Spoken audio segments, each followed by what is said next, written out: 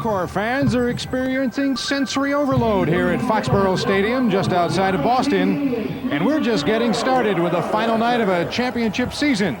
The Blue Devils from Concord, California are undefeated this year. They're the Corps to beat, but in this championship week, we've already found out that the unprecedented can happen and will. Good evening, everybody, and welcome. Steve Rondinero, happy to be your host along the DCI VIP network of these 1994 championships. And what a night ahead we have for you. 12 of the finest drum corps ever to set foot on a football field. And joining me in the booth will be Michael Cesario, well-known Broadway designer, and a man who's had a hand in many of the programs that we've seen on the field in the past and we'll see tonight. Michael, big night ahead. Huge night. We've got a wide variety of styles out there tonight. We're going to have some Broadway, some ballet, some classical, even some rock and roll. And some big jazz. Real big jazz. Well, let's show you who we have here tonight. Here's the way the lineup is set after last night's semifinals. Finishing in 12th, the Colts from Dubuque, Iowa. A newcomer, the Magic of Orlando from way down in Florida, cracking that top 12 this year. The Bluecoats from Canton, Ohio. Making it in for his second year, the Glassmen from Toledo, Ohio. The Crossmen of Bensalem, Pennsylvania, making a late move. The Blue Knights of Denver, Colorado. In the 6th spot, Madison Scouts. Then the Santa Clara Vanguard, Cavaliers of Rosemont, Illinois. Sitting in the 3rd position, Phantom Regiment from Rockford, Loves Park, Illinois. The defending champs, Cadets of Bergen County from Bergenfield, New Jersey. And the Blue Devils from Concord, California. What a lineup. What a lineup, and the Cadets show was outrageous. Just a minute. Come on, reliable Rondo. Who's going to take it tonight? You can never count the Cadets out with that late surge, but I'm going to go with the Blue Devils to make some history here. I think the Devils are going to go undefeated this season and take an unprecedented 7th championship. It'll be something if they do. I can't wait to hear what they got to offer. We'll see what happens. Now, we're going to do something different with this broadcast and take you behind the scenes where fans normally aren't allowed to go. And doing the honors, Dennis DeLucia. Dennis, welcome to the team. Well, thank you, Steve. It's a pleasure to be working on the telecast with you and Michael. We are here in the Corps entrance ramp. This is the way the Corps get onto the field in order to perform tonight. They've been here twice before, quarterfinals and semifinals. But when they turn this corner and see that full house up there, they know this is the big show. This is finals. This is where it all comes together. The anxiety, the anticipation, the rewards for all the hard work. Let's go back up to you. This is going to be a great evening of drum corps. Absolutely, Dennis. We're happy to have you with us, and we'll be hearing more from Dennis throughout the night. Well, let's show you how the Corps got here. A long summer of touring that began with the major shows, Drums Along the Rockies. That was in Denver, and that was a win for the Santa Clara Vanguard. DCI South in Nashville. That was a win for the Crossmen. Preview of Champions. All the big guns were there for that one in Madison, Wisconsin, and the Blue Devils took it. DCI North, Canton, Ohio, another win for the Blue Devils. Then came DCI Mid-America, Champaign, Illinois, and the Cadets of Bergen County served notice that they were not about to give up their title easily. And at DCI East in Allentown, Pennsylvania, another win for the Cadets. And here we are at the World Championships tonight in Foxborough. How's it going to go? We'll be able to tell you in about 4 hours or so. Now, the unprecedented can happen and has happened here during championship week. Something never happened before. With 4 corps still to go, the rain started coming down Wednesday night, and the quarterfinals were called off with this announcement. The last 4 corps that will be seeded into the semifinals on Friday. After that announcement that the last 4 corps would be seeded into the semifinals, not only the skies, but confusion reigned. All this took place after the afternoon's drizzle became the evening's rain, which became steadier and harder during the performance of the Phantom Regiment.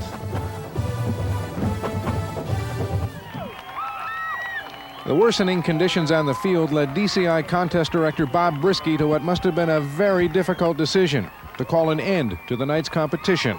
Show was canceled.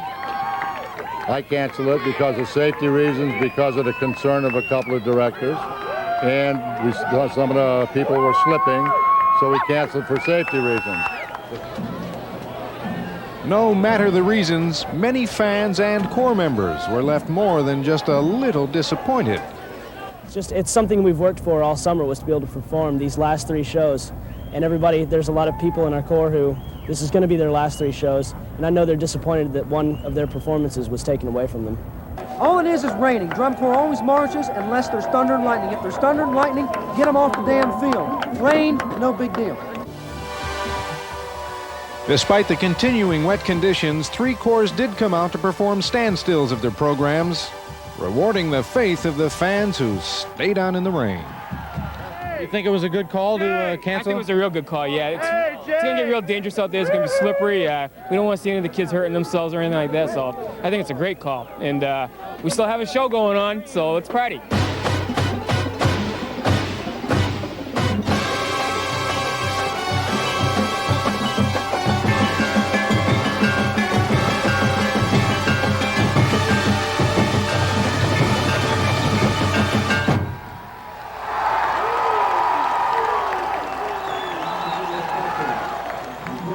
As you can see, a lot of fans did stay on in the rain, and what a thrill to hear that music in that semicircle hitting you head on. I'll tell you, it had the hair on my arm standing on It was end. like your own private concert with the corps right in front of you. Turned an obstacle into an opportunity. Now, they ended up seeding some of those corps, right? They seeded actually all 8 that performed in the rain. So everybody got an equal chance in semifinals to compete. And then those results determine tonight's order of finish, how they turned out in the semis. Now, there's been a week of competitions, as we've said, and here's how Division III turned out. These are corps 60 members and less, and the Americanos from Wisconsin eked out a win over the Blue Stars. Division II, corps 90 members or less. Pioneer with a big win there with a 96. And our top 24 in open class. Results of eliminations this week. And as we run down from 24, you're going to see something very interesting here as we curl up toward that 13 number. Look at that one. That's the hometown corps, Boston. Boston Crusaders just being edged out by the Colts for the final slot. And here we go. This is our lineup for tonight, and these are their scores in the semis. Don't worry, we'll give them to you again later in the broadcast before each performance. That's the way we set up here. And the way they arrived at those numbers was pretty interesting. New judging system this year. Brand new judging system, Steve. Instead of 9 judges, we've gone to 7. The perfect score is still 100, but we've condensed GE Brass and GE Percussion into GE Music, which we've added to GE Visual to come up with the big picture number for 40 points. We've combined Ensemble Brass and Ensemble Percussion into Ensemble Music for 30 points, and that's how the pieces fit together. And of course, we've retained percussion performance, brass performance, and visual performance for 30 points. That's the individual technical achievement. All adds up to 100. So judge along with us there wherever you're watching. The people in the stands will, and they're about to get on with a great night of drum corps.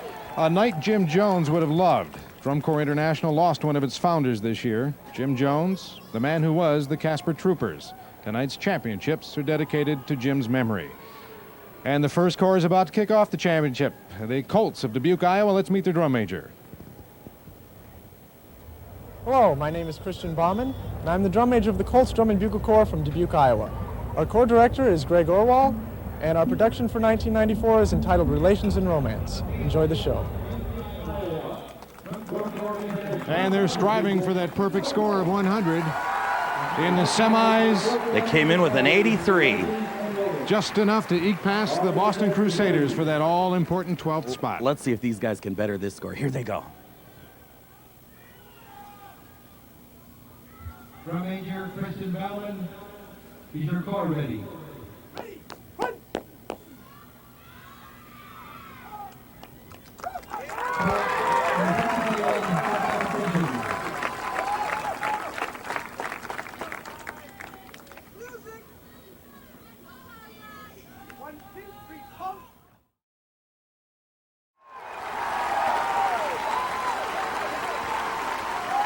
The Colts from Dubuque, Iowa.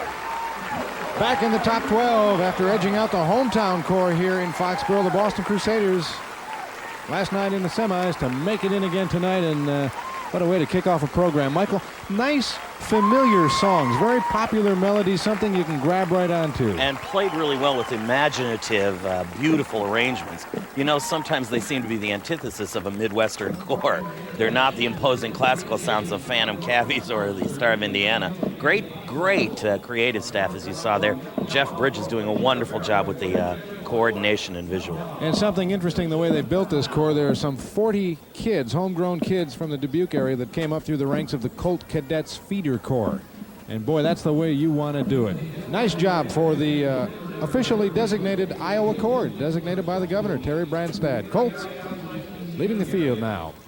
For the most part, our 12 finalists are familiar names to drum corps fans, with one surprising absence. Star of Indiana is not among our elite tonight, but don't assume the star has faded. It's just shining somewhere else.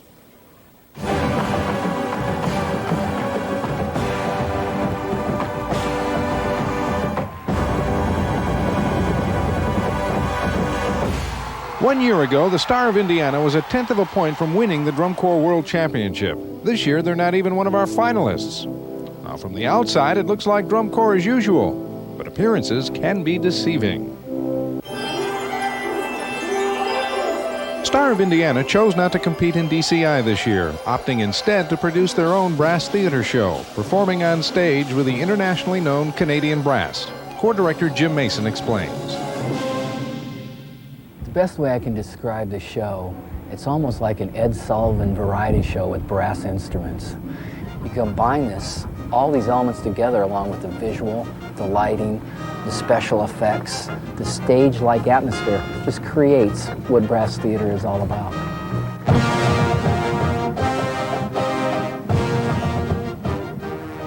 For the Star of Indiana, the benefit is having its name on the same marquee as the world-famous Canadian Brass. But what's in it for the brass? In the brass world, we have a certain position that by coming to the Star, first of all, it makes them feel very, very good about themselves, that they're in an enterprise worthy of the Canadian Brass spending this kind of time with them. We like that relationship. We like to bring that to this enterprise because we do feel what they're doing is extremely worthwhile, and anything we can do to enhance that is valuable. No resistance. And that felt a lot better. Some Corps fans have been critical of Star, suggesting the Corps picked up its toys and went home after narrowly missing that #1 spot last year. Star eagerly defends its experiment. If they can't see the merit of what it means to kids, this is supposed to be a youth activity with kids.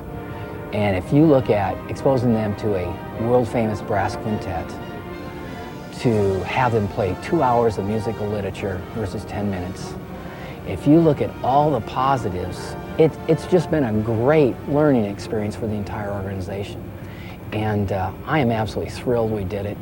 I'm not looking back at all. Do I love drum corps? You betcha.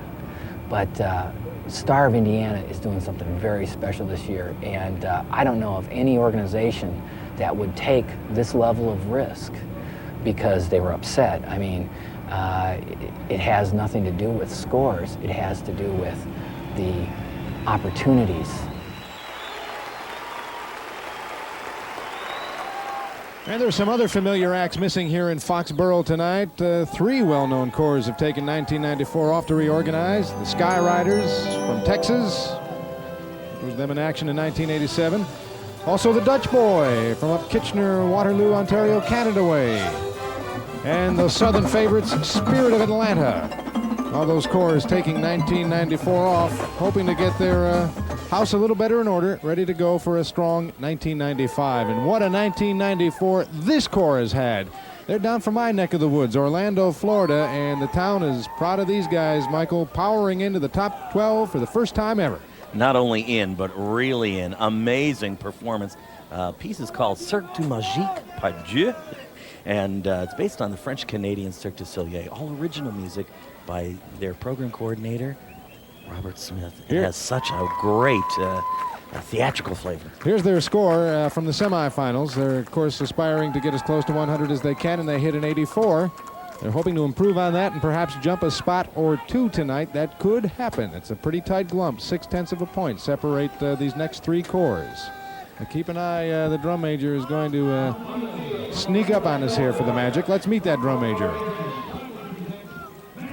Hi, my name is Mark Carter. And I'm Michael Fullwood. And we're with Magic Orlando. Our corps director's name is Will Craig. And our show this year is Cirque du Magique, Part 2. Enjoy the show.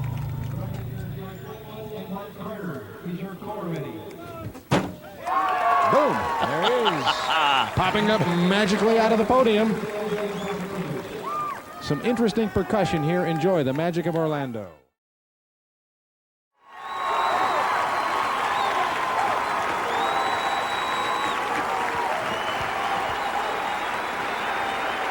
The Colorhguard is on its back, but the fans are on their feet. Actually, they're on their bellies. The fans are on their feet.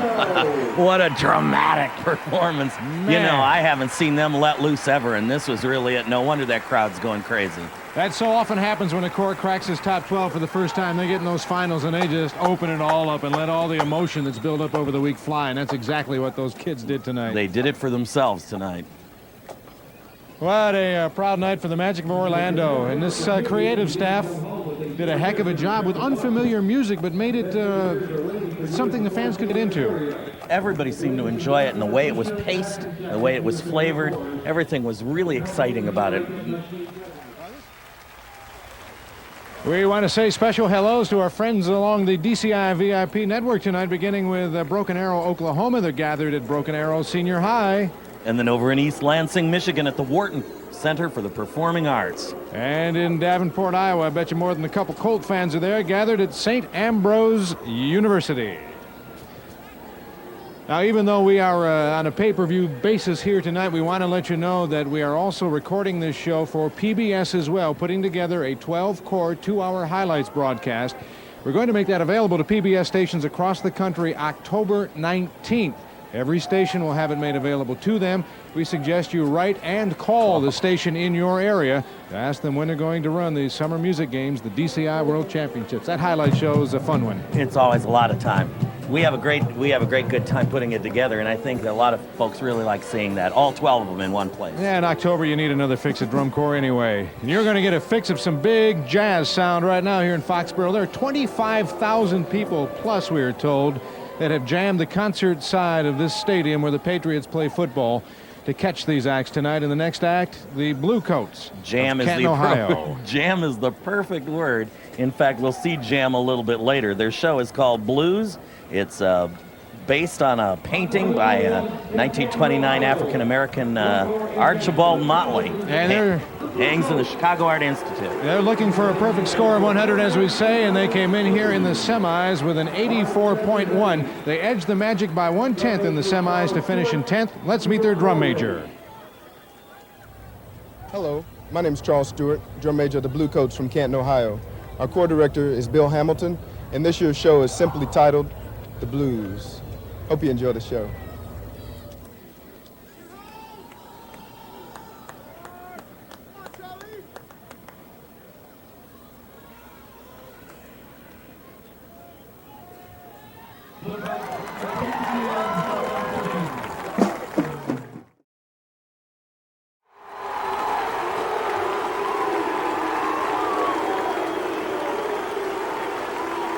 Well, all you drum corps fans know they're not yelling boo, they're yelling blue for the Bluecoats from Canton, Ohio, and Duke Ellington's C-Jam Blues. Never swung like that on a football field. Without doubt, the high point of that program. That last production is a terrific visual response to a jazz improvisational jam session. It looks like what it is. Here's some credits. The great Johnny Sanchez, great young writer, writing the new visual book. Lorenzo Medrano on that color guard, and some great guys on brass and percussion. Yeah, it was happening. To make jazz work on the field, you've got to have a heck of a percussion section, and who better to take us inside and to talk more about it than the man who made that Bridgman drum line famous a few years ago, Dennis DeLucia, down on the sideline. Dennis? Well, thank you, Steve. I'll tell you what, they need to change the title of that last tune, C-Jam Blues, was C-Jam Rocks tonight. That was very, very hot from this perspective. You know, we saw in the last two corps a very interesting contrast in styles in the utilization of percussion. Magic of Orlando with all that wonderful Afro-Brazilian ethnic percussion. The Bluecoats, of course, from the cool school, the big band jazz, the music of the Duke, the music of Clifford Brown, Charlie Parker. Very difficult idiom to write in percussion for drum corps, because in the real world of big band, the primary driving force is the ride cymbal. Very difficult to capture that flavor out on a football field. They did a great job with it. Back up to you, Steve. All righty, thank you, Dennis. Just have to think about this. Cesario DeLucia Randonero. Molto bene. Yeah, you should have seen the dinners we had, right? Right, right on. All right, Dennis is a new face with us this year. We've got some new faces in the top 12, at least last year at this time. Think back here, the Dubuque Colts and our next corps, the Glassmen from Toledo, made their debuts in the elite top 12. This year, they're both coming back. These are the Glassmen coming on the field right now. They're coming back to the finals in positions 12 and 9. Well, what does finalist status mean to a corps? Their directors explain. In 12th place, the Colts. Last year, making finals for the first time was a tremendous accomplishment for the entire organization. What was real nice about it is that we really weren't banking on that. You know, we've never really set any extrinsic competitive goals as being something we're here for. So it really was kind of a coincidence, almost a result of doing everything else well. After being in the finals, you know, all of a sudden there's a little more credibility, a little more visibility. The recruiting gets a tad easier, the money raising gets a tad easier. The kids come in expecting to be in a finalist. Here we go, to the right, ready, and. We built it very slowly, very carefully. We haven't rushed and put the competitive aspects ahead of doing it in a very conservative and very consistent basis. We're looking at this as a pyramid that competitively is getting higher, and then I'm making sure that it's also getting broader so that it continues to be stable. Everything got a little bigger this year, and what we see on the field is the end result of doing all those behind-the-scenes things correctly and very strongly.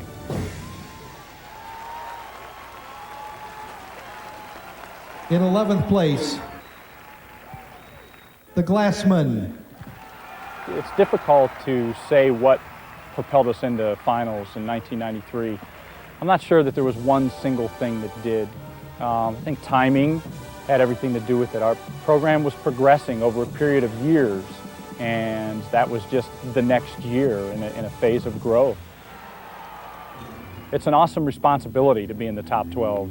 You have fans that expect you to be at a certain quality level when they see you early in June. You have fans basically that expect you to play what they want to hear, and when people come to the Glassmen, they expect a top 12 organization. And that can be difficult at times to make sure that everything is in place to continue to provide that. The organization has grown over the last 8 years significantly, primarily I'd have to say because of our philosophical foundation. Our main goal is to provide an experience of a lifetime. And an experience of a lifetime doesn't just apply to the members, it applies to the staff, the parents that help, the drivers, all of the people involved, and even equally as important, the fans. If we can create in our own little world of the Glassmen a great experience for all touched by the Glassmen, then we have truly succeeded. Well, we've sung of the moon over Miami. We've got quite a moon over Foxborough tonight. Over the stadium where the Patriots play football. But tonight the halftime acts have center stage the Drum Corps International World Championships here along the DCI VIP network.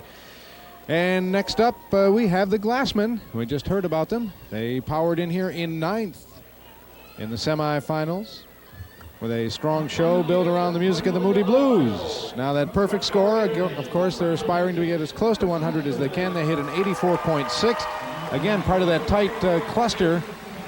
9, 10, 11 within 0.6 of a point. Michael, what should we, well, let's meet the drum major first. Hi, I'm Carrie Bullo. And I'm Jonathan Miller, and we're the drum majors for the Glassmen Drum and Bugle Corps of Toledo, Ohio. Our corps director is Dan Atchison. This year's repertoire is The Days of Future Past, music of the Moody Blues. Enjoy the show. Beautiful new uniforms in cream, black, and gold. Very sophisticated corps this year. I can't wait to see what they do with Days of Future Past. Lots of balls out there on the field.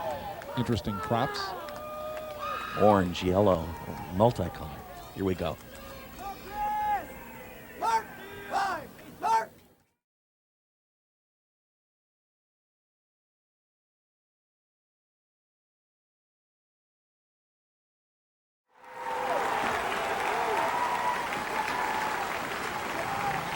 Glassmen of Toledo, Ohio, a corps that certainly has a ball out there, at least in the figurative sense. Their second time in the top 12, the music of the Moody Blues. Let's look at an instant replay of how we keep talking about these balls. They're really three-dimensional spheres that are used in a really wacky and creative way. They're led by the unconventional genius of Sal Salas. Let's take a look at those because it's really amazing. Look how they carve space. Isn't that amazing? Completely different than you'd use sabers or flags. And a shocking color against all that blue. Beautiful. I want to make sure I have this right. Those aren't balls, they're three-dimensional spheres. That's three-dimensional spheres. Let's take a look at the credits for that, because we see, there's his name, Sal Salas, Tom Atchison on visual, George Shepard, an honest-to-gosh rock musician doing the percussion, and brass led by Chris Thompson. Big night for the Glassmen. If you've not been around drum corps for a while, you might be surprised how complete, how full a drum corps pit is these days. What's the pit? Well, they've got everything down there, and earlier this week, Dennis DeLucia took a tour of the Crossmen pit. One of the most significant developments in drum corps in the last decade is the expansion of pit percussion. Percussion instruments are divided into two groups, the tuned or melodic percussion instruments and the non-pitched instruments. On the tuned side, we have timpani. We have vibes made out of metal bars.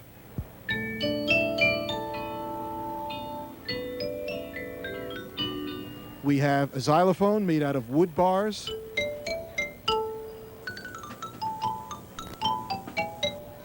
A marimba made out of wood.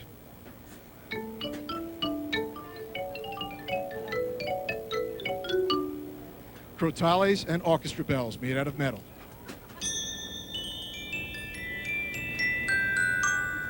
On the non-pitched side, we have a drum set and kungas.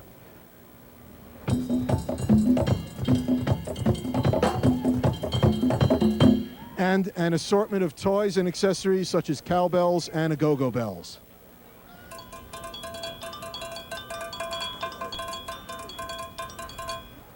And when you put it all together, it sounds like this.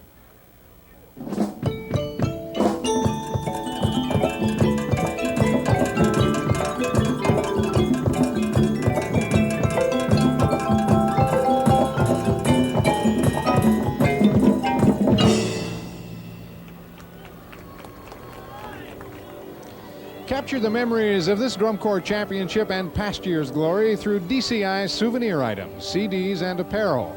To order your official DCI memorabilia and to get more information about upcoming DCI events, write to DCI, Post Office Box 548, Lombard, Illinois 60148, or call 1-800-344-2772. As the Crossmen get set to go, let's go to Dennis in the stands, who's found a ghostly apparition. Yeah, Steve, I'm backfield here all by myself. Well, almost all by myself. This is Bones behind me, the spirit of the Crossmen. The legend is he represents Crossmen past, passing the mantle on to Crossmen present. It's the way of saying, go for it. It's your turn now. And he mysteriously appears up there, Michael, every finals. You know, they never know who actually is in that suit. It's amazing. Actually, what's really exciting is this show, Sweet Children. Part 3 of the Songs for the Planet Earth trilogy. Here's their scores. They came in with an 87.6. And this is a corps that there were some questions about over the winter. They got off to a very slow start, and they just deliberately stayed the course, did some tweaking of their program, fixed some weak spots, and boom, here they are in the 8th position. Winning DCI South, and they send a message, children are the future, and they do it in a very unique way. What a great way to cap off this Save the Planet Earth trilogy. Wow. Yeah, here's some very, very pretty music out there. Among the tunes, Mangione's Land of Make Believe. Let's meet their drum major. Hello, I'm Dawn Chapman. And I'm Jamie Bennett. And we're the drum majors for the Crossmen Drum and Bugle Corps from Bensalem, Pennsylvania. Our corps director is Ms. Esther Masano. This year's show concludes our Songs for the Planet Earth trilogy and is entitled Sweet Children, a musical voyage through childhood. Enjoy the show. As the Crossmen get set to go, 25,000 people here at Foxborough ready to listen. Great tempo, Dawn. Get him going.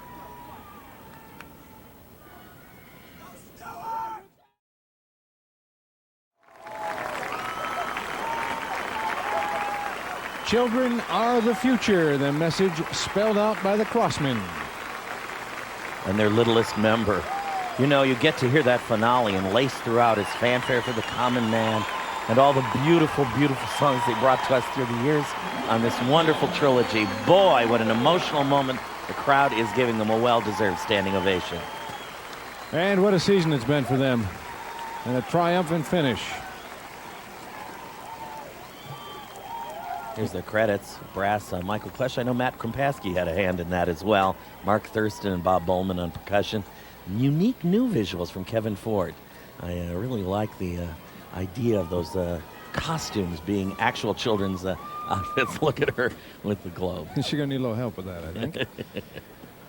Let's say hello to more of our DCI VIP network sites tonight. Oh, Rockford, Illinois, my second hometown, cheering for the Phantom Regiment at the Tabala Shrine Temple. In Dallas, Texas, folks gathered at McFarland Auditorium at SMU. Howdy do, welcome along. And of course, all our Clovis, California Drum Corps fans gathered at Buchanan High School. We've got a couple California Corps to cheer for tonight, and the Westerners also have the Blue Knights of Denver to cheer for. All right, we want to tell you a little bit about their program. As they came in here steaming through the semis, this Corps has maintained a solid position right in the heart of this DCI lineup. They had an 89 in the semis with a program called Tritico. Everything's in 3 parts, Steve. Watch and listen to this one. Their drum major's Mark Dubois, ready to lead the Denver Blue Knights.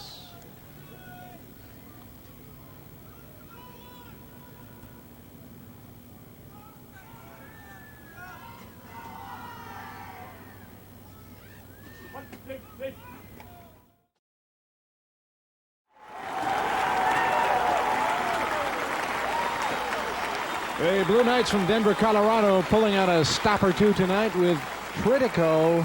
Michael, a very complex program. You know, it gets more complicated, more complex, more rich as it goes along. Director Mark Arnold really put together 3 great advisors, composers, conductors in his file. Let's take a look. He brought in Al DeCroche from Canada, amazing, a guy known for his pop stuff. Added Ralph Hardiman, who's been there for a couple of years, and then a new guy, Jack Chambers, who we don't know from Drum Corps, a local Denver man who writes beautiful, beautiful band drills. Never knew he could do this kind of thing. Wow. Always nice to see new blood come into the organization, especially leaving a signature like that. We want to say hello to 3 more sites along our DCI VIP network in Dubuque, Iowa. All those Colt fans watching us this year, welcome. Your Corps did a great job tonight. And in Harrisburg, Pennsylvania, home of the Serenade Brass Spring Preview, we know you're excited about tonight's performance. St. Louis, Missouri, folks gathered at Finnegan's. Welcome to the 1994 DCI World Championships from Foxborough, Massachusetts, where the Madison Scouts are on the field in that familiar fleur-de-lis formation. How they got there is very interesting, and they had the crowd on the feet before the show started. Well, you know Madison, they do a show before the show. Here's a case of an instant replay of their opening move as they take the field in a perfect company front, and watch this development. It literally grows organically. It blows open. You can actually see the fleur-de-lis take place like the iris that it meant to represent blooming. Isn't that crazy? And that color guard in bright red uniforms, making a vivid statement for the Latin jazz music you'll hear this year. They have everything going toward that Latin jazz thing. Let's take a look at what they got in their semifinals. 93-2. The big jump there as they got to Madison's level. Let's meet their drum major. Hi, I'm Kevin Feeney, drum major of the Madison Scouts from Madison, Wisconsin. Our Corps director is Mr. Scott Stewart, and this year we will be playing a Latin jazz show comprised of 3 selections: Santos, Cuban Overture, and Malaga. Enjoy the show. These guys are 2-time world champs, Michael. They know how to cook. No kidding. They had the crowd rocking last night. I really want to show you how beautifully detailed the show is, though. Take a look at how everything carries the Spanish theme. Serape flags, matador jackets. Everything carries out that beautiful Latin jazz theme. And, of course, that horn line can set you back a row or two, which they did here last night. Will no doubt do again tonight. Madison always seems to find an extra gear come finals night. Kevin Feeney takes a bow. They're ready to go. Let's listen to the Madison Scouts.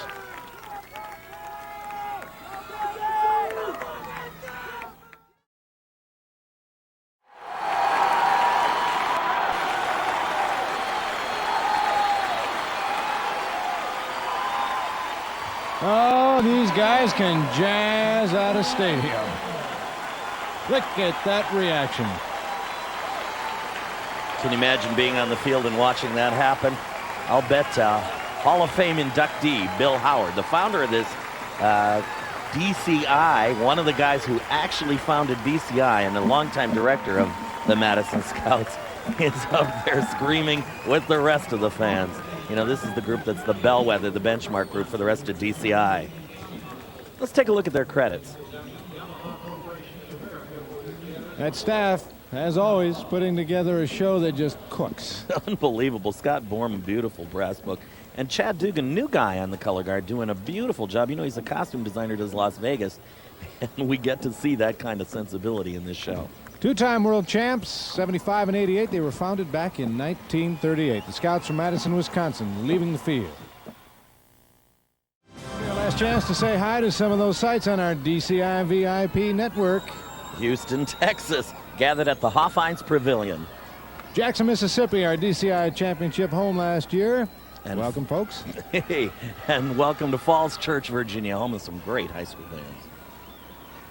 Other sites along our VIP network now getting set for the Santa Clara Vanguard. They have been coming on in this late season. In the semis, they powered in here in 5th place.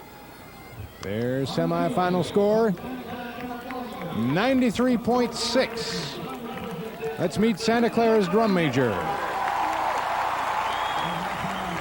Hi, I'm Mike Shum, drum major for the Santa Clara Vanguard from Santa Clara, California. Our corps director is Dr. Len Kruzecki, and this year we're doing The Red Poppy by Reinhold Glieri. Enjoy the show. And I would have to say they win the prop competition this year, Michael. What staging? Oh, it is beautiful. Talk about theatrical. Here's a ballet on the football field.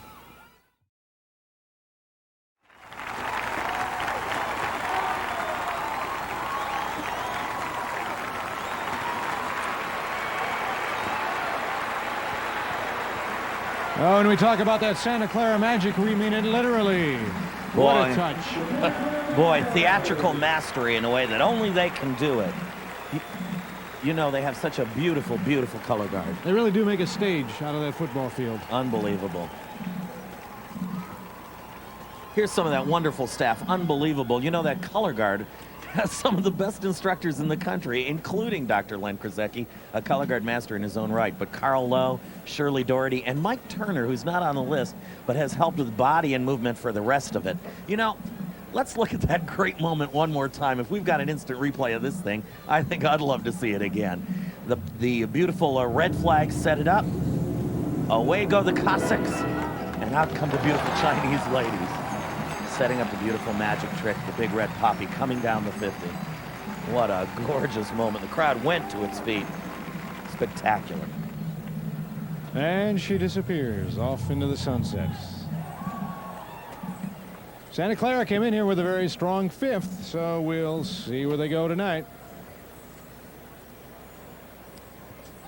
And we are live here in Foxborough. It is a chilly night. It has gotten rather brisk. It sure has. I've gone from very hot to very cool. The cores just keep getting hotter and hotter, though. That's it. We've got some hot entertainment to keep us warm. You know, they had some hot entertainment in another part of the country earlier this year.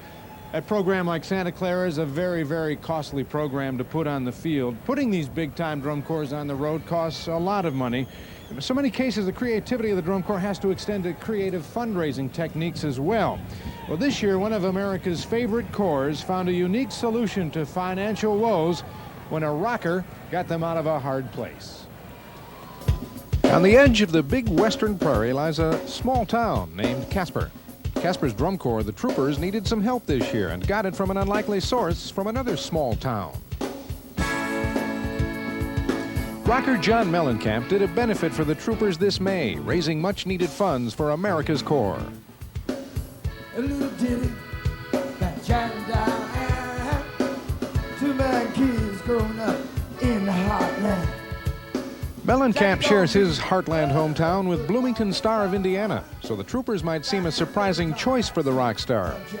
Well, that Casper connection came through Mellencamp's father, Richard, and Star's founder, Bill Cook. It's a result of about 2 years of work. Happened about 2 years ago when Mr. Cook dropped by to visit for a few days. He brought a friend with him by the name of Richard Mellencamp. Happens to be John's dad. The Corps was having some financial problems at the time, and jokingly we said, well, you know, maybe John could come out and do a concert sometime. So about 6 months ago from now, called up Bill and said, it's not much better than it's been. And we started working on it. Tonight's the fruition of all that. 2 460s? Yes. Okay, thank you. We placed advertising in 5 states and worked in cooperation with Mellencamp's production people as far as producing commercials for television and radio. We also involved the governor of the state and other officials to help support the drum corps. The concert venue and most of the advertising were donated by various groups in Casper. All of the concert proceeds went directly to the troopers.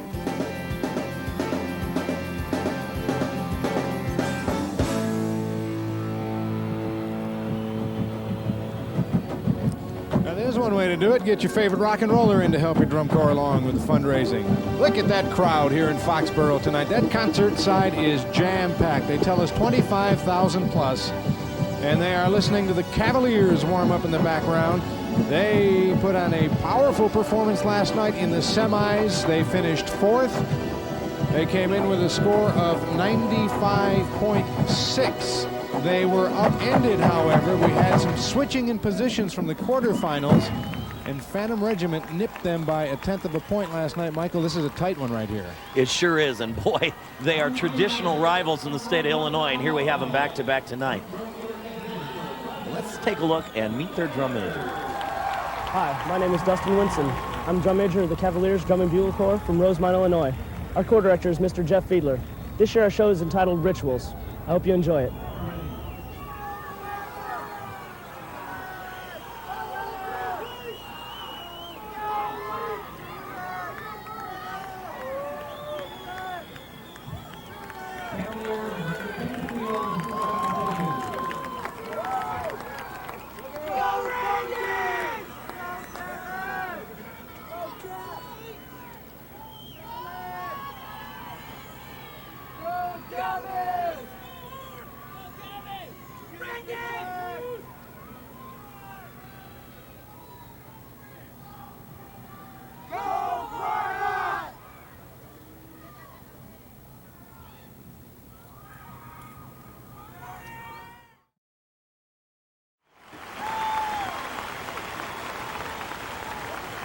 Cavaliers from Rosemont, Illinois, with what certainly is the most abstract program we've seen tonight.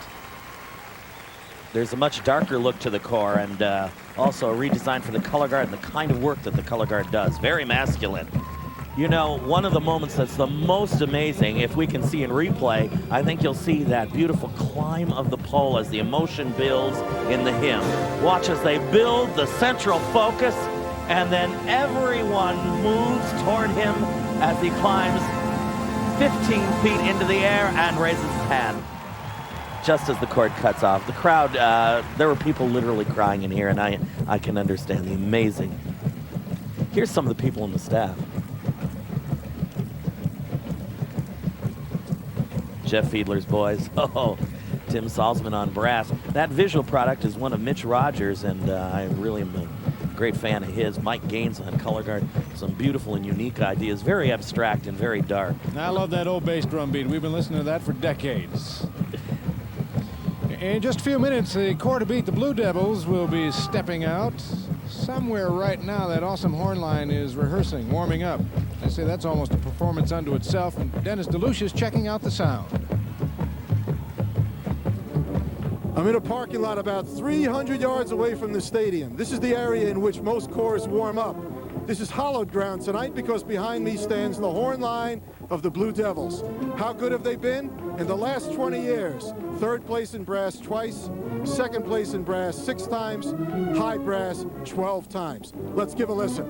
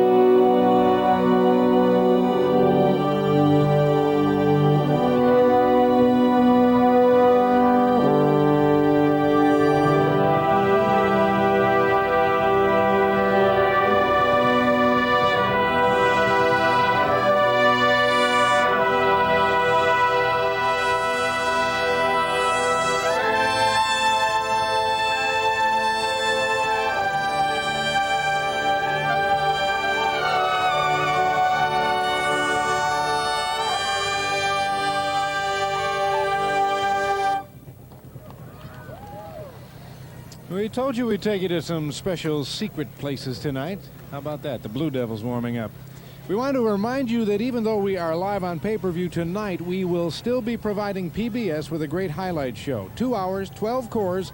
It'll be available to PBS stations beginning October 19th. You might want to jot that down. October 19th, it'll be available. Not necessarily guaranteeing they'll run it then, but they'll have it in their hands and the capability to run it. So be sure to call or write your local PBS affiliate. Probably both a letter and a phone call would be best. Tell them you really want that annual dose of drum corps. You want to see the 1994 Summer Music Games, the DCI World Championships. Michael, who is that on the field right now? Well, I got to say, my heart's in a special place with them. The Phantom Regiment for Rockford, Loves Park, Illinois. Their score last night, 1/10 ahead of the Cavaliers, 95.7. They're looking to better that tonight. They have a very unique and unusual show, all in black and white, based on the Spanish paintings of Joan Miró. Links to their modernist composers in a terrific and exciting show. Let's meet their conductors. Hi, my name is Nick Collado, and I'm Roderick Saunders, and we're the conductors of the Phantom Regiment from Rockford, Loves Park, Illinois. Our corps director is Mr. Doug Rutherford. This year's show is entitled Songs for a Summer Night. Music by Defia, Debussy, and Bernard Herrmann. Hope you enjoyed the 1994 Phantom Regiment.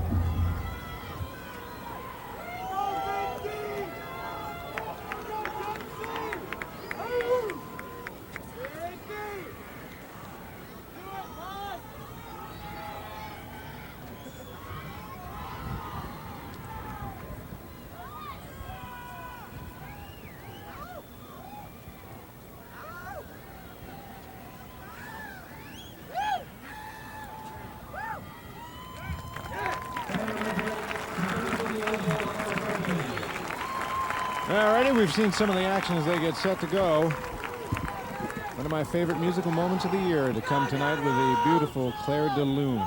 Let's listen to Phantom Regiment.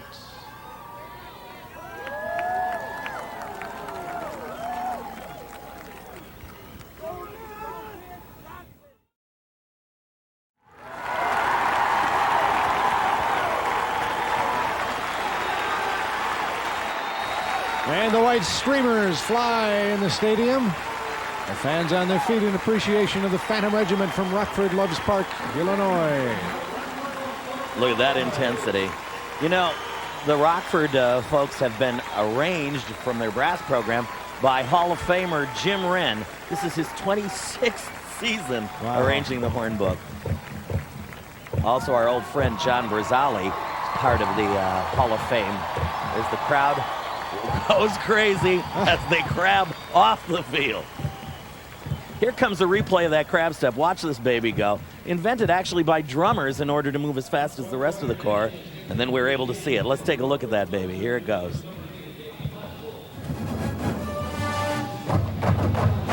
.360 degrees and away they go.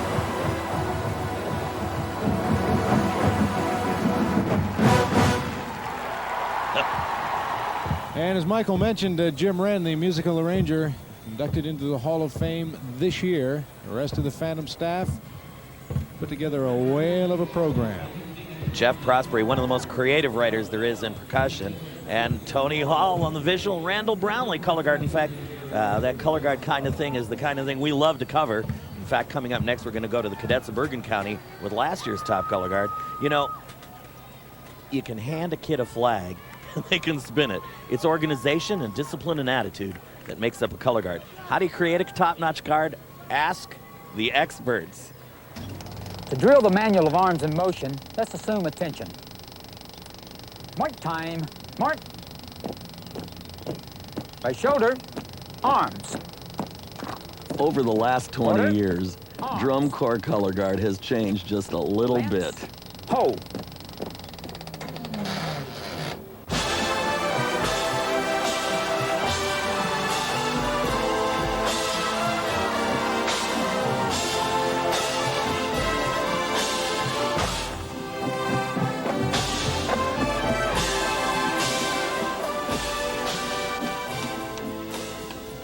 Color Guard champions, the Cadets of Bergen County, share their teaching philosophies. it's not so much about spinning, it's not so much about what they can do, because manipulating a piece of equipment is the easiest thing that I could teach.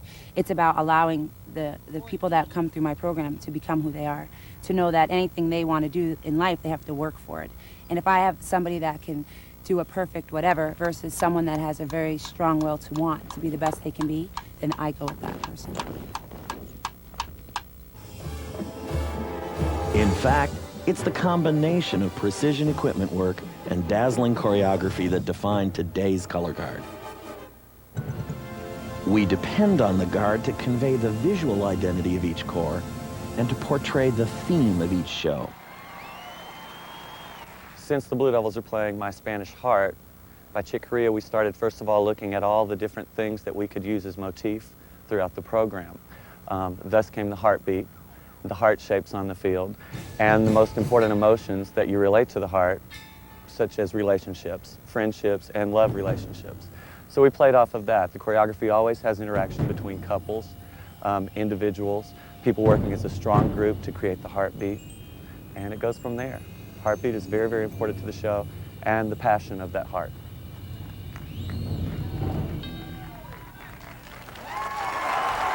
But teaching the true championship attitude goes beyond just themes and techniques.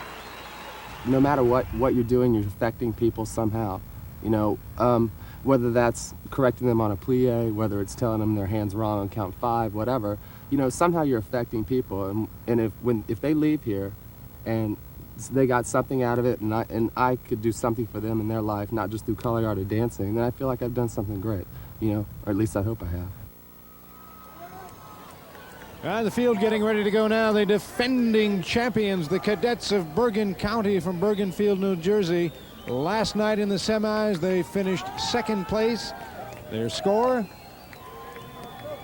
96.7.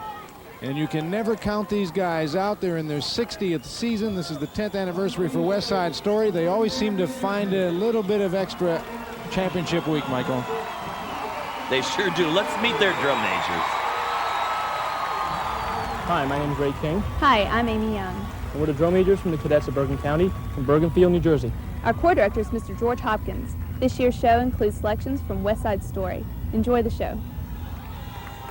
6-time world champions, tied for the most with the Blue Devils. 3 times in a row, 83, 84, 85. Can't wait to see what Amy brings tonight. Here we go.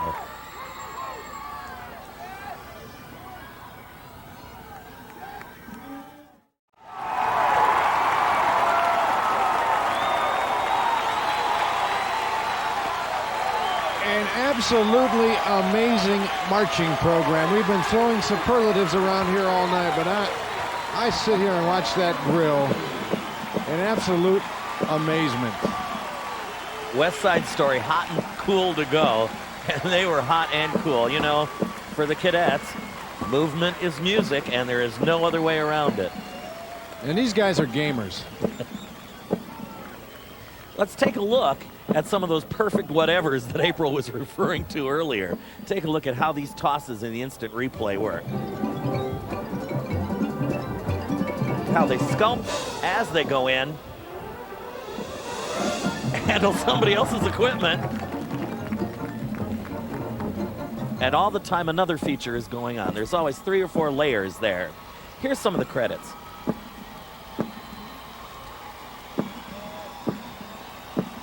This staff did some work to put this program together. There's your man, Mark Sylvester, the man of Drill Kings. Jim Moore and April Gilligan, who we met earlier. You know, you have to wonder how this corps comes out and just turns it on every finals. They don't choke, they just find that extra level. Dennis DeLucia is on the sideline with the Cadets director, and maybe we can find an answer. Thank you, Steve. We're here with George Hopkins. He's been director of the Cadets for 11 years. They've only won the title in 6 of those 11. What a wonderful, wonderful performance. React to that. They were great. I mean, it's you're never sure if the last performance is going to be the best one, but that's certainly the best we've done all year. So it was great. It was great for the kids. Unbelievable. The utilization of the guard to tell the story is just amazing. The incorporation. How do you program that? Well, this year we set out to do kind of the Spanish, Latin side of things, jazz side of things that we didn't do in '84. So we kind of worked with that, and Mark was very interested. Mark Sylvester, drill designer, was very interested in the utilizing the color guard as most proper. So we kind of built around that over the space of the year. Thank you. Quick one. 84 versus 94 West Side Story. A lot different. We're a lot older. I'm a lot older. So the things we took on were just a little bit different. So I love them both. So Congratulations. Great performance. thank you very much. Thank you. All right, well, it's very obvious that the Cadets are not going to roll over and let the Blue Devils just pluck this title away this year. The Devils are going to have to go out on that field right now and flat out earn it. I'll tell you, this gives me the willies, Steve. 10 years ago, the same two were fighting it out for the championship.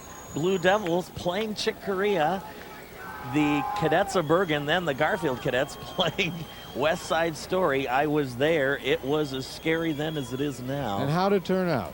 Well, the Cadets squeaked by 1/10 of a point. And it is not inconceivable tonight that we may have 1/10 of a point deciding a title or a position hither and yon. These things are decided by tenths all the way up the line. And that's why you take very careful looks at every moment in the show to make sure you've got things just right. Now, earlier in the evening, Dennis had us backstage in the parking lot as the Blue Devils went through their preliminary warm-up. They're on the field right now taking their final warm-up. The next step, if you will, in getting ready to go on the field. Let's just listen into the end of that.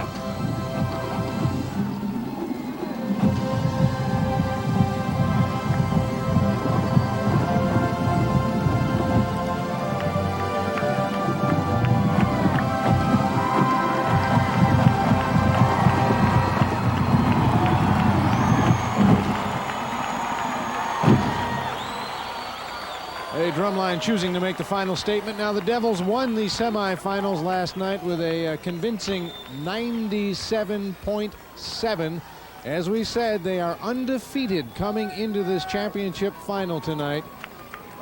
Well, 1975 last time we had an undefeated corps. Madison Scouts. I wonder what happened to 82 might have been a good year for the Blue Devils. While we discuss that, let's take a look at their drum majors. Hi, I'm James Bulkey. And I'm Jason Lewis. And we're the drum majors of the Concord Blue Devils from Concord, California. Our corps director is Mr. David Gibbs. This year's show is entitled My Spanish Heart. Musical selections composed entirely by Chick Corea. All right, we're checking our history here on undefeateds, but one thing is very clear. If the Devils win tonight, they'll be the first 7-time champ. If the Cadets win, they'll be the first 7-time champ. Records will be set this evening. Here go the Devils.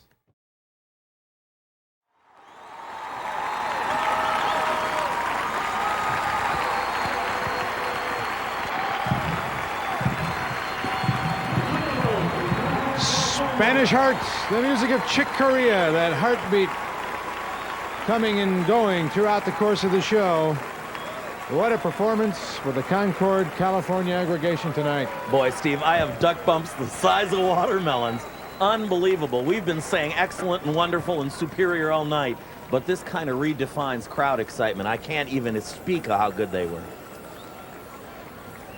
How in the devil do you judge something like that? The Cadets were awesome tonight. It is a very, very difficult task. I'll tell you, it takes a lot of guts to get down in the dirt with the kids and go, here's perfection, here's terrific. Oops, there's a problem. And boy, when you got to do it, these guys take a lot of training, gals take a lot of training to make it happen.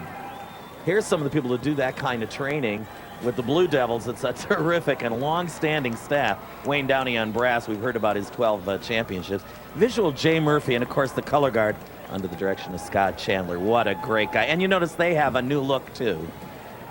The judges are putting the final touches on their numbers and what pressure they are under. Dennis DeLucia is down at the judging area.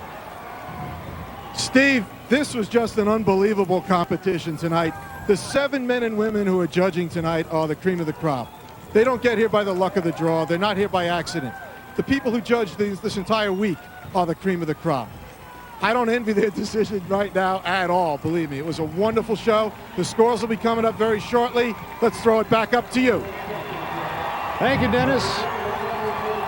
This place is getting crazy. A lot more to come tonight as we await those final scores. We want to remind you that the Drum Corps Foundation was formed to promote and support Drum Corps activities and to help make the activity better known throughout the country. The foundation also has an alumni association and is trying to locate all former Corps members. For information, write to Drum Corps International Foundation, Post Office Box 7435, Bloomington, Indiana, 47407. We need to introduce you to someone special tonight who is seeing his first championship, but he's going to be the new top man, the new executive director of DCI, Sam Mitchell. Let me get your impressions. Wow, that's it, just wow. It's just push your face right back. It is so incredible to see these young people, to see what they do, the training, the discipline. This is probably the last place in the world where a young person goes out and they're all on their own. They step right or they step wrong, they hit the right note, they don't. If you do it right, nobody notices. If you do it wrong, everybody does it. It's a great, best word, example of what the real world is going to be like for them when they grow up. I think Drum Corps is marvelous for the youth of this country. 25,000 people out there feeding on it and giving it back. It really is a special electricity. It's an amazing electricity. It's just like everybody sitting in the stands drinking adrenaline by the teacup. We got an adrenaline lick here, I think. You got it. You know, Sam, one of the most amazing things is your background in American intelligence. I think it's wacky to think we have a top spy here. Well, what secrets could you tell us? I could tell you a whole bunch of things, but then I'd have to kill you. There's a lot of people who like to see that happen.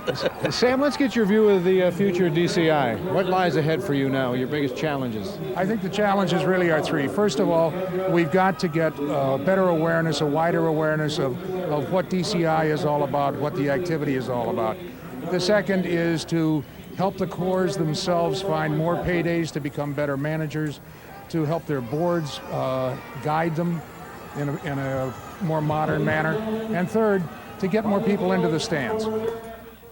Capture the memories of this Drum Corps Championship and past year's glory through DCI souvenir items, CDs, and apparel. To order your official DCI memorabilia and to get more information about upcoming DCI events, write to DCI, P.O. Box 548, Lombard, Illinois 60148, or call 1-800-344-2772. If you've ever been in those stands for a Drum Corps show, you're looking for that sound or that move that brings you to your feet. But the same things that may bring fans to their feet may hurt the Corps in the eyes of the judges. It is the raging debate throughout the activity. A lot of it has to do with a Corps' ability to effectively communicate whatever their staffs have designed for them in a way that really will touch base with the audience. If they design a program that's much too sophisticated for the maturity of the performers in the Corps, they're going to have a hard time doing that. And generally that's reflected by performances which are not terribly effective to the audience or to the judges. The Glassmen have had kind of a difficult time with that issue the last couple of years because we tend to go to extremes with our design, which isn't always acceptable to the audience. At the same time, we want to draw them into our program and entertain them. If the audience isn't standing, then that's probably where we measure our success. I don't think whether or not you choose a difficult theme involves any kind of arrogance or up-one-manship on anyone, like you know something someone else doesn't know. Sometimes it just happens to be the situation you were in creatively at the time. If you stumbled upon a book that was really interesting that someone else hadn't read, it wouldn't be that you were trying to pull something over on the other person because you wanted to explain the book to them. It would be just because you stumbled onto this book. And maybe the person will understand your interpretation of the book and you telling the story or not. And that was the raging debate at the end of last season, and it has been the debate through this season. They changed the judging system to try to encourage perhaps a little more entertainment. Dennis now joins us in the booth to join in this discussion. It is the discussion. Did we make any progress this year, fellas? What do you think? You're both designers, visually and percussively. I do think we made some progress this year on the entertainment front. I really do. Not in all areas, but I do think there was some significant progress made this year. Michael? I think everybody tried. I think everybody gave it their effort. I think some people apply to different audiences. Different people want to hear different things. The old joke, I could take my pants down on the 50 and I'd get applause, or at least laughs, doesn't mean that it has substance or content or something really rich that makes it worthwhile for the kid. Well, who do we play for? Do we play for the fan or do we play for the judges out there? I think that too often we play for the judges, and I think we better start playing for the fan. And I think we need a scoring system that encourages that even more than the new scoring system does. You think this new system needs some tweaking? Yeah, I do, yes. Well, the new system's going to have to do something. They're trying to encourage us to do that, but, you know, here's the sheets. Find entertainment on that. I've got substance, I've got intrigue, I've got repertoire. So somebody that's trying to win a point for their kid and make the kid really feel good probably is going to have to address entertainment in a different way. But we've seen a lot of different kinds of cores reach the audience, and so I think there's different musical approaches that can still have the crowd crazy. If you believe that we have become what we have chosen to judge, then I think that's what we are right now. I happen to believe that's true. I think figure skating is a good example. They got rid of compulsories a bunch of years ago because there was no entertainment value in watching compulsories. So they got rid of them, and broadened their base dramatically in terms of entertainment value. I think we need to do the same. It's going to be a very, very interesting off-season, but we're not the only activity suffering this. We might draw parallels with the world of classical music. Symphony orchestras are going under in cities across the country. That's exactly true. In fact, we've got a couple of good quotes from some of our friends at the Canadian Brass, as a matter of fact. Yeah, we'll hear those momentarily, but let's take this a step further here. We're trying to get more sophisticated, and our salesmanship pitch has changed with this activity. Selling it as entertainment one year, then we're selling it as a musical art form, and then we're selling it as competitive sport. I think we're trying to find our niche on what we're trying to become as well. But we're all three of those things. We're exactly all three of those things. If I could get a really great advertising agency, I think they'd tell us what we are, and then we could go off from there. Every one of these groups has such a different personality. You're the one that said apples and oranges earlier, and I think here's a chance for us to say, well, apples and bouquets of roses, whatever it is. All right, well, we mentioned that link with classical music. The Canadian Brass, as Michael referenced, doing their thing with Star of Indiana this year. And it's been a very, very interesting experiment. They bridged the gap between popular appeal and esoteric sound. Brass tuba player Chuck Dellenbach explains their solution to this problem. You're supposed to go to a concert because you love music and you want to be excited and you want to go home feeling great. And frankly, you could come out of a lot of contemporary music concerts scratching your head, wondering, well, I suppose we're supposed to be introduced to ugly things and disjunct things and things that don't make sense, but it doesn't necessarily draw you back. And from the Canadian Brass standpoint, we've fought this for 20 years. We are basically freelance. We need an audience. Our audience has been very good to us, and we've always promised to be good to our audience. And between us, we've had this pact, and it keeps us in business as musicians, keeps us performing, and it keeps the audience always wondering what we're going to do next. And from our standpoint, the summer concerts with the Star is what they're doing next. Our audience is saying, well, this is interesting. Let's see what the Canadian Brass is doing with the Star. Now, from the Star's point of view, I think they've been struggling a bit with the idea that they had to be more and more esoteric to be more winnable, that the music had to be more abstract, more obtuse. And I think the drum corps is going to probably come to the same kinds of conclusions that the classical music world has been wrestling with. Chuck Dellenbach makes some very, very interesting points there.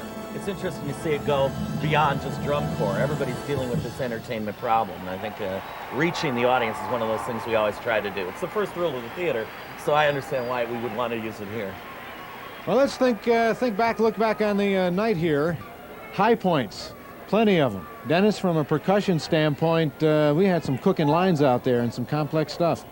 So many great performances tonight. Of course, having moved all the way around the stadium, had some very interesting perspectives on things. So much wonderful writing. The kids are being trained beautifully. It was just a real exciting. There are a half a dozen lines that could win high percussion tonight. It was that good. Are they playing more aggressively this year? It seems like some of those snare drummers are just tearing across that field like a Corvette. It seems like they're playing more aggressively, and I think part of that is the fact that there's only one judge left in the 7-judge system that is called a percussion judge. He works from field level. I think a lot of the corps have decided in percussion to play for that person. Michael, how about visual moments? There were plenty. You know, there were plenty. I can't get out of my head that beautiful final moment in the Santa Clara Vanguard, where there's wacky spherical objects that the Toledo Glassmen use. Of course, I have a favorite, that wedge that comes across the field in the Phantom Regiment. That's it. I wonder what happens to these young kids. I look at them and their smiling faces. You see these beautiful girls from the Denver Blue Knights, and you go, where do they come from and where will they go? Well, you know, it's such a great activity that even if a young person participates for a year or 2 or 3 and then doesn't become a professional dancer, professional musician, doesn't become a drill designer or a program coordinator like you know what I mean? It is an activity that just as music ed and a good marching band, concert band program at the high school, college level, it is an experience worth having, and it's an experience that transcends whether you're playing great B-flat scales or not. Wow, that's terrific. You know, we have a special presentation ready, so let's flash right down to Steve on the field for this moment.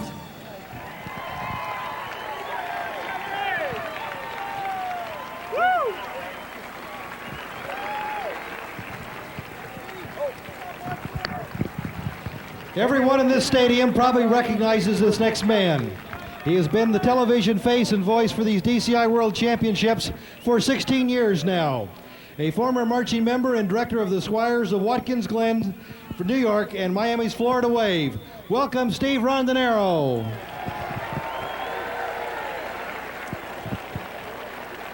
Thank you, Brant, and welcome to you. We are still live on television here. And we do want to remind you, while we have you in the stadium, that we're making a highlight show available to PBS. Your stations will have it October 19th. So write or call your local PBS affiliate and ask them to air that highlight show. We'd be appreciative of that. We have a special bit of business to do out here tonight, and that is to thank an old friend for a job well done. Don Pesceone. A presence from DCI's beginning 23 years ago.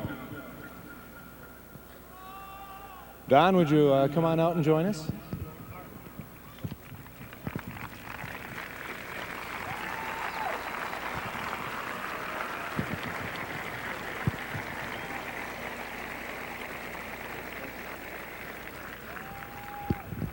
I feel like this is your life. It's been an adventure. The official job description for DCI's executive director is one thing. Having been a former corps director, I'd say the real job description, Don, is more like lightning rod, flak deflector. That might top the list. In fact, some folks here this week were even blaming the rain on Don Pesceone. Other words come to mind too, though, Don. Salesman, cheerleader, gatekeeper of our legacy. Words don't really do the job you did justice. Pictures say it better.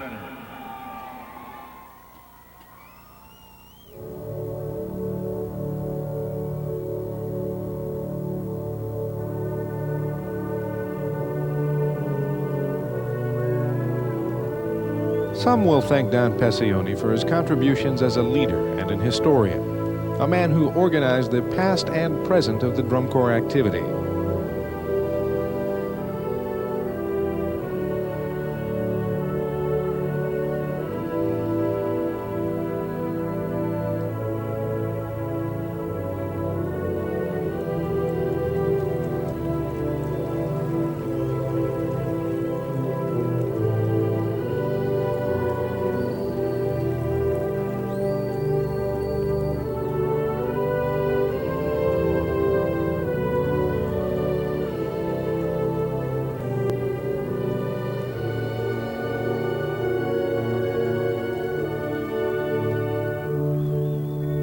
Those who really know Don know his proudest accomplishments can't be found in record books or trophy cases.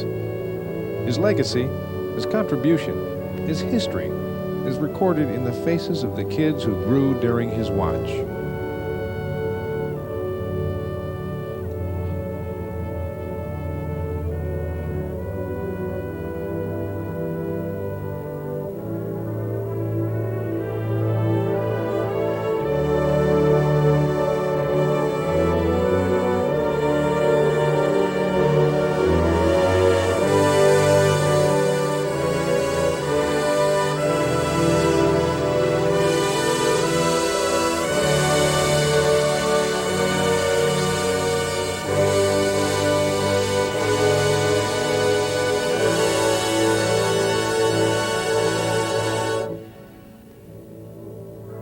Don's thank you can be found in these faces.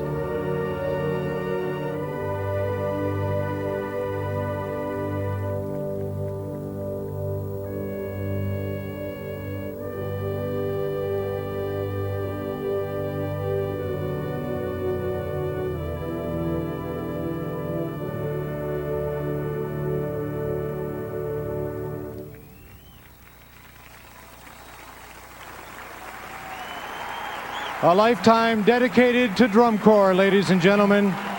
Don Pesceone, DCI's retiring executive director.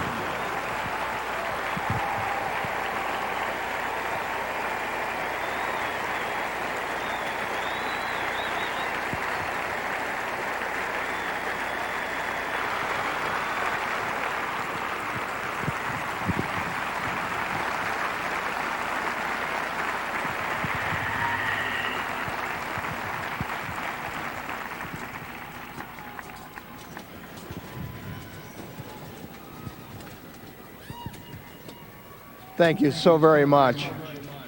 Thousands and thousands and thousands of kids and all their parents and the spectators that have supported this activity during my watch. I love you all. Thank you very much.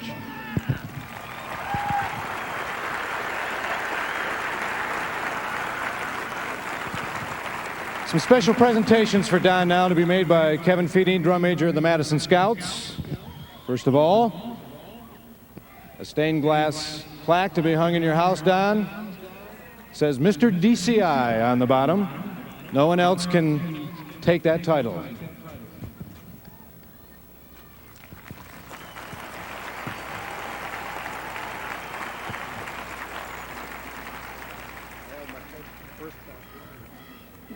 The board has named Don DCI's first director emeritus, as well they should.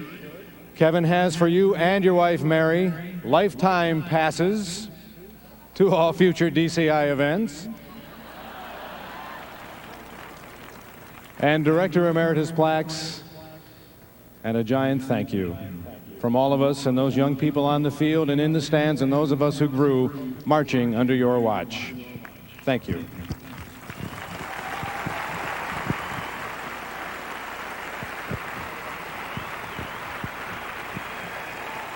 And now let's go to Brent Crocker for the announcement of our final scores tonight. Drum majors, front and center, please, with your age outs. Scores are ready. Quickly, please.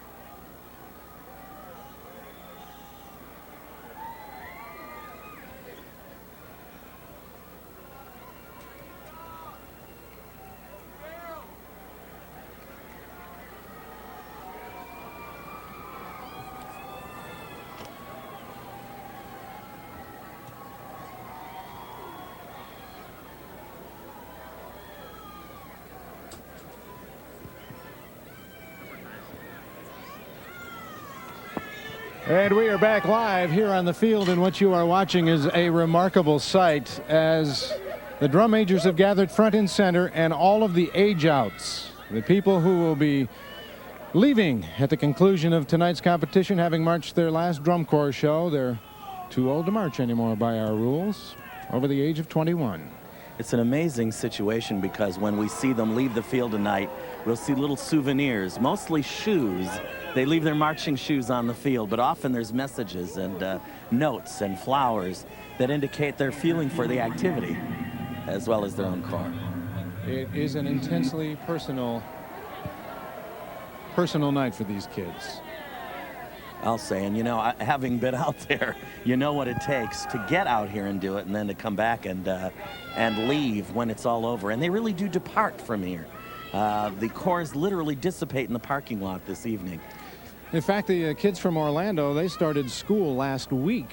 I'm sure other people will be scampering from these corps to get off to respective colleges and high schools, and it is a mad dash back to normal life. if that's normal.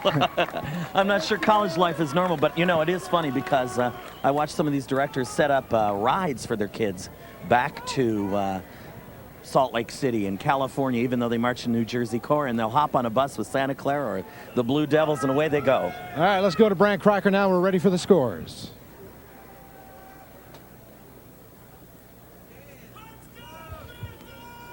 Here are the scores for tonight's competition. In 12th place with a score of 80.1, the Colts.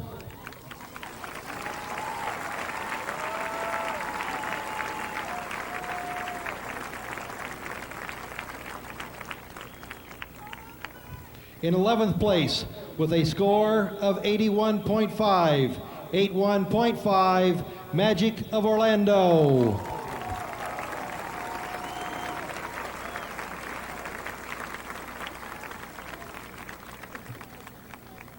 In 10th place with a score of 83.9, the Glassmen.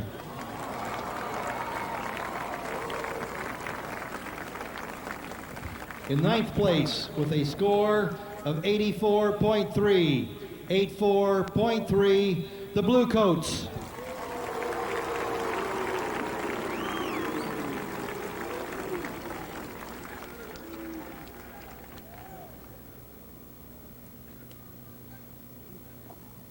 We have a tie for 7th with a score of 88.4, the Crossmen and the Blue Knights.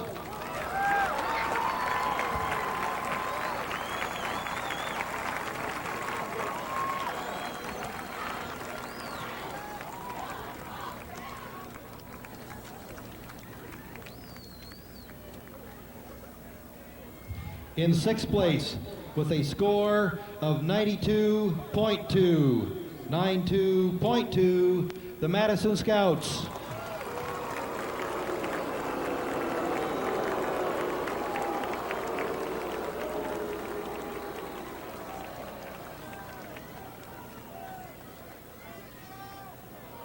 In 5th place with a score of 92.3, the Santa Clara Vanguard.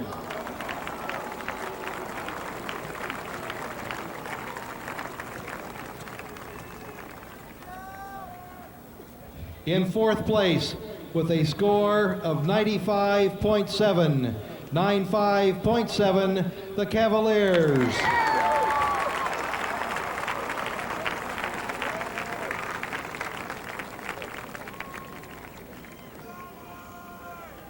In 3rd place with a score of 96.2, Phantom Regiment.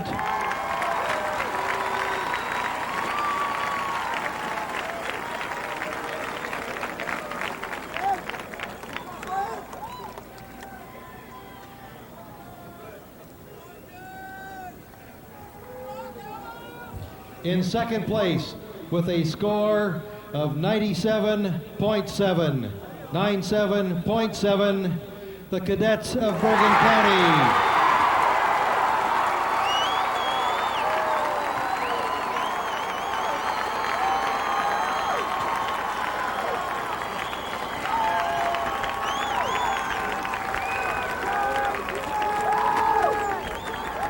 In first place with a score of 98.4. 98.4, the Blue Devils.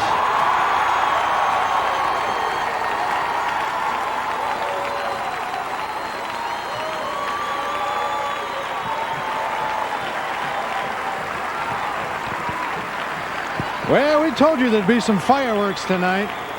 Let the record show Reliable Rondo nailed it, but we had some interesting subplots along the way. You know, we were thinking that there might be some turnabouts, and boy, did we see some. First of all, a tie for 7th, 88.4, with the Crossmen and the Blue Knights. The Bluecoats edging out the Glassmen for 9th place. But boy, those Crossmen and Blue Knights, they've been nipping and tucking, and this was a real amazing thing. And we had an interesting development with the Madison Scouts and the Santa Clara Vanguard. Well, Santa Clara in 5th with a 92.3, 1/10 above the Madison Scouts with a 92.2. They would have both tied at a 92.3, but the Madison Scouts received a penalty for throwing a cone off the field. A small break in the rule, but that 1/10 put them in 6th instead of 5th in a tie with the Santa Clara Vanguard. Blue Devils winning with a 98.4, of course, make drum corps history now here at DCI. They are the only 7-time champion. They and the Cadets had 6 championships each coming into tonight. The Devils now 7-timers with that 98.6. Cadets of Bergen County only 7/10ths behind them. And even at that, Devils still couldn't break that scoring record. No, Devils did not break the scoring record. They're sitting with a 98.4. The record set by Santa Clara in 89 with a 98.6, 98.8. The Phantom Regiment and the Garfield Cadets have both met 98.4. So we really have a very amazing high score. Here's some caption awards. Blue Devils taking high brass. Presenting the Jim Ott Award for High Brass is Harold Ott from the sponsors of Musical Enrichment. A fitting person to do that. The original arranger for the Blue Devil Corps was Jim Ott, who we lost in a tragic auto accident in 1980. The brass award has been named for him. The Blue Devils winning high brass tonight. That award being presented now. That was never really a question.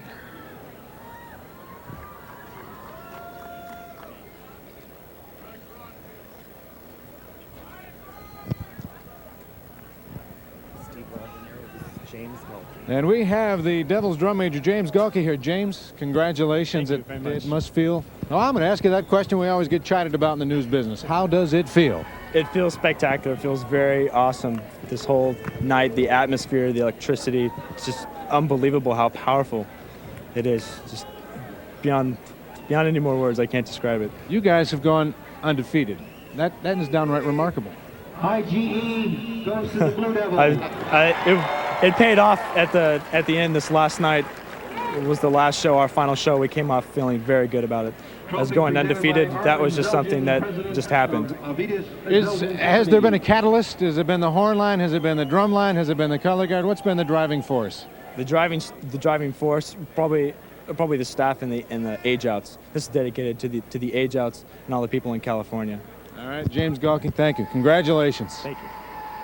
The Blue Devils in the history books now with the 7th title. All righty, it is time for us to wrap it up here. The Devils, as we understand it, Michael, have swept all captions, have they not? Every single caption, one on top of the other. Visual, brass, percussion, and color guard. So this is going to be a real amazing credit to their group. On behalf of Michael and Dennis DeLucia, let me say goodnight on the part of our DCI broadcast team, and remember to call your PBS station along the line. Our highlight show will be made available to PBS October 19th. We'd like to be able to show it in your neighborhood. Call them, let them know you're waiting to see it. Thanks for being with us along the DCI VIP network. I'm Steve Rondinero. Have a good night.